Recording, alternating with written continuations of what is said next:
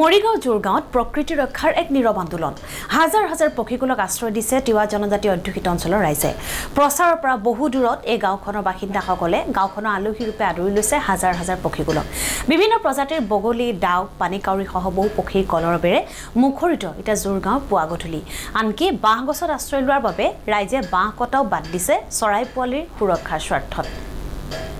আমাক এই পৰিৱেশ দেখুৱাব Morigaon senior bureau chief Pranjal দাসে এই মুহূৰ্তত মই উপস্থিত আছো মৰিগাঁৱৰ এখন ভিতৰুৱা গাঁও নামটো হ'ল জোৰগাঁও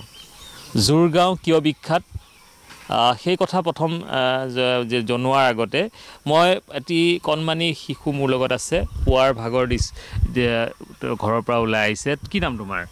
হদিবলৈ তুমি স্কুল যোৱা কোন শ্ৰেণী অংগনবাদী কি কৰি আছা ইয়াত কি কৰি আছা বগলী চাবইছো হ্যাঁ বগলী চাব আহিছা ক'ত বগলী কথা দেখাই দিয়াচোন ক'ত হেয়া ঢেৰ বগলী আছে নেকি হ্যাঁ ভাল লাগে না চাই ভাল লাগে কিয় ভাল লাগে এনে ভাল লাগে নিশ্চয় এই কণমানিটোৰ যি কথা সেই কথাখিনি আচলতে তাৎপৰ্য এটা আছে এই গাঁওখন জোৰগাঁৱৰ চাৰিওফালে এতিয়া জাক জাক বগলীৰ বিভিন্ন প্ৰজাতিৰ বগলী আৰু আন চৰাইসমূহৰ বাসস্থান হৈ পৰিছে কিছু দৃশ্য দেখুৱাবলৈ আমি চেষ্টা কৰিম বাঁহ গছৰ মাজে মাজে যিসমূহ ইতিমধ্যে চৰাইসমূহ এই বগলীৰ কেইবাটাও প্ৰজাতি চৰাই ইয়াত বাস কৰে আৰু এই গাঁওখনৰ বাসিন্দাসকলৰ বাবে এই চৰাইজাক গৌৰৱ আৰু গৌৰৱৰ কাৰণ হৈ পৰিছে এই চৰাইজাকৰ নিৰাপত্তাৰ বাবে হাজাৰ হাজাৰ চৰাই ইয়াত বসতিস্থল হৈ পৰিছে বিগত কেইবা বছৰ ধৰি আৰু ৰাইজে এওঁলোকৰ কোনো ধৰণৰ হানি বিঘিনি হোৱাটো নিবিচাৰে আৰু তাৰ বাবে আচলতে সদায় সচেতন হৈ থাকে তেওঁলোক আৰু আমি দেখুৱাইছোঁ এই অঞ্চলৰ ৰাইজ সচেতন ৰাইজ আচলতে ভিতৰুৱা এক গ্ৰাম্যাঞ্চল তিৱা জনগোষ্ঠী অধ্যুষিত এটা অঞ্চল আৰু এই অঞ্চলৰ ৰাইজে এতিয়া জোৰগাঁওখন আচলতে সকলোৱে এনেধৰণে গম পোৱা হৈছে যে ইয়াত চৰাই উৰি ফুৰা এখন গাঁও আৰু আমাৰ সৈতে এগৰাকী জ্যেষ্ঠ ব্যক্তি আছে হয় দাদা খুব ধুনীয়া এটা পৰিৱেশ হয় এইটো আমাৰ মানে প্ৰকৃতিৰ এটা সুন্দৰ পৰিৱেশ পাইছোঁ আজি ধৰি লওক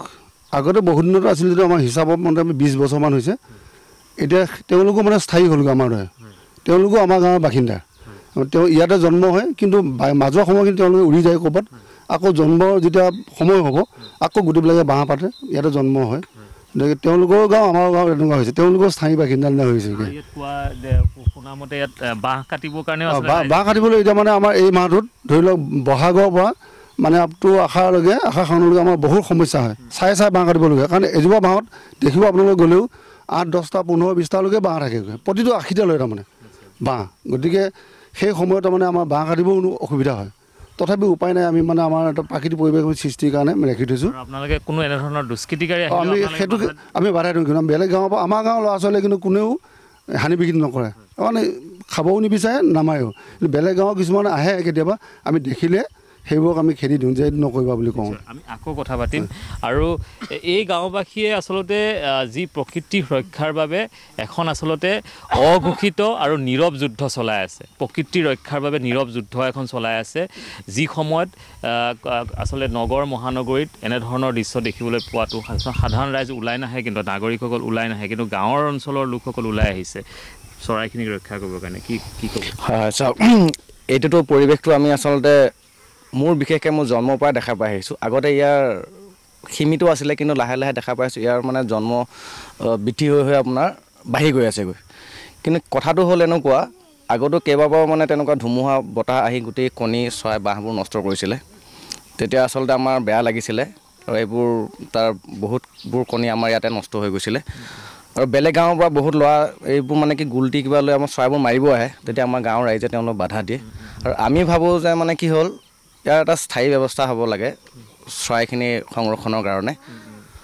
সেইটোৱে আৰু লগতে কিছু অসুবিধাও হয় হয় হয় হয় অসুবিধাটো আমাৰ যথেষ্টখিনি হৈছে আগতে আমাৰ